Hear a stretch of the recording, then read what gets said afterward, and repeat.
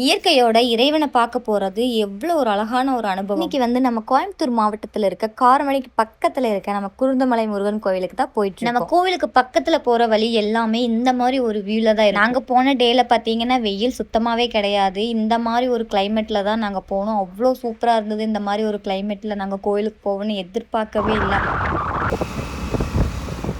ஃபைனலாக நம்ம கோயில் பக்கத்தில் வந்துட்டு ஒரு சின்ன மலைக்கு மேலே தான் நம்ம முருகர் இருக்கார். மலைக்கு மேலே 2 வீலர் 4 வீலர் போகிற மாதிரி ரோடு கிடையாது. நம்ம வந்து கீழேருந்து ஸ்டெப்பில் ஒரு கொஞ்சம் ஒரு 150 படிக்கட்டுகள் அந்த மாதிரி தான் இருக்கும். நம்ம அந்த படிக்கட்டில் ஏறி தான் நம்ம முருகனை பார்க்க முடியும். கீழே என்ட்ரன்ஸ்லேயே நம்மளுக்கு ராஜகோபுரம் 5 நிலை ராஜகோபுரம் இருக்குது. அதை தாண்டி உள்ளே வரும்போது நம்மளுக்கு ராஜ கம்பீர விநாயகர் அவரை வழிபட்டுட்டு தான் நம்ம வந்து உள்ள மேலே ஸ்டெப்பு ஏறி போகிற மாதிரி இருக்கும். உள்ளே போகும்போது பார்த்தீங்கன்னா சின்ன ஒரு அழகான ஒரு மண்டபம் இருக்கும். அந்த மண்டபத்துக்கு மேலே போகும்போது கன்னிமார் சுவாமி இருப்பாங்க. அவங்களை கும்பிட்டுட்டு அதே மாதிரி 18ஆம் படி கருப்பர் இருப்பார். அவரையும் கும்பிட்டுட்டு மறுபடியும் மேலே ஸ்டெப்பு ஏறி போகணும். ஸ்டெப் வரும்போது பார்த்தீங்கன்னா நிறைய வேல் இந்த மாதிரி லைனாக நீங்கள் பார்க்கலாம். பார்த்தீங்கன்னா நாக தேவதைகள் இருப்பாங்க. அவங்களையும் கும்பிட்டு மேலே போகும்போது இடும்பன் கடம்பன் வீரபாகு 3 பேரும் ஒரே சன்னதியில் இருப்பாங்க. இன்னும் கொஞ்சம் படிக்கட்டுகள் மட்டுமே தான் இருக்குது முருகனை மேலே போய் தரிசிக்க.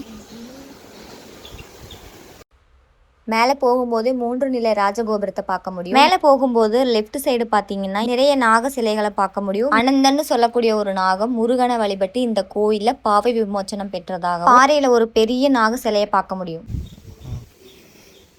நாங்கள் ஒரு 12 மணி இருக்கும் கோயில் போகும்போது அந்த டைமில் பார்த்தீங்கன்னா உச்சிக்கால பூஜை வந்து முருகனுக்கு பண்ணிட்டு இருந்தோம். அவ்வளோ அழகாக இருந்தது முருகனை பார்க்க. பழனி முருகர் போலவே தான் நம்ம இங்கே குருந்தமலை முருகனும் இருப்பார். பழனியில் எப்படி முருகர் மேற்கு பார்த்து அமைஞ்சிருக்காரோ அதே மாதிரி தான் இங்கேயும் மேற்கு பார்த்து நம்மளுக்கு முருகர் காட்சி கொடுப்பார். கோவில் முன்னாடி இருக்க தீபஸ்தம்பத்திலையும் நீங்கள் பழனி முருகர் ஆண்டி குளத்தில் இருப்பார்ல அந்த மாதிரி ஒரு சிலையை நீங்கள் பார்க்கலாம். சுற்றியுமே பார்த்தீங்கன்னா மேற்கு தொடர்ச்சி மலைகள் இருக்கும், நீலகிரி அந்த மாதிரி. நம்ம முருகரை கும்பிட்டுட்டு கீழே இறங்கி வரும்போது இப்படி ஒரு வழி போகும். இந்த வழி பார்த்தீங்கன்னா சிவன் சன்னதி இருக்குது. அந்த சிவன் சன்னதிக்கு பக்கத்துல மேலே ஏறி வர மாதிரி ஒரு சின்ன வழி இருக்கு. அதுலயும் பாத்தீங்கன்னா குட்டி குட்டியா ஸ்டெப்ஸ் இருந்தது. நேரா போய் நம்ம முருகரை வந்து பாக்குறதுக்கு உண்டான ஒரு வழி அப்படின்ற மாதிரிதான் எனக்கு இந்த வழி இருந்தது. இங்க இருக்க முருகர் காலையில குழந்தையாகவும் அதே மாலையில ஒரு முதியவராகவும் காட்சி கொடுக்கறது இந்த கோயிலோட தனி சிறப்பு.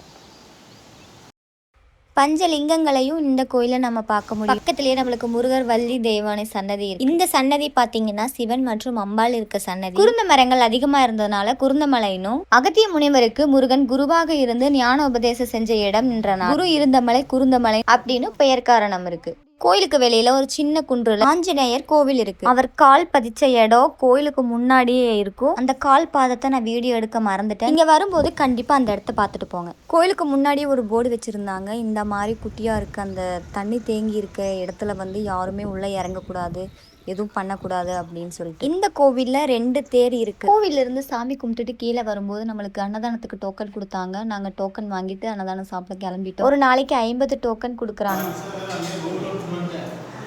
இந்த கோவில் பார்த்தீங்கன்னா அறநிலைத்துறை கட்டுப்பாட்டில் இருக்குது. நல்லபடியாக சாமியும் கும்பிட்டுட்டு அப்படியே அன்னதானமும் சாப்பிட்டோம். அப்புறம் என்ன அப்படியே கிளம்ப வேண்டியதா அப்படின்ட்டு கடைசியாக யாமிருக்க பயமேன் அப்படின்ற ஒரு போர்டை பார்த்துட்டு அப்படியே இங்கேருந்து வண்டி எடுத்துகிட்டு கிளம்பிட்டோம்.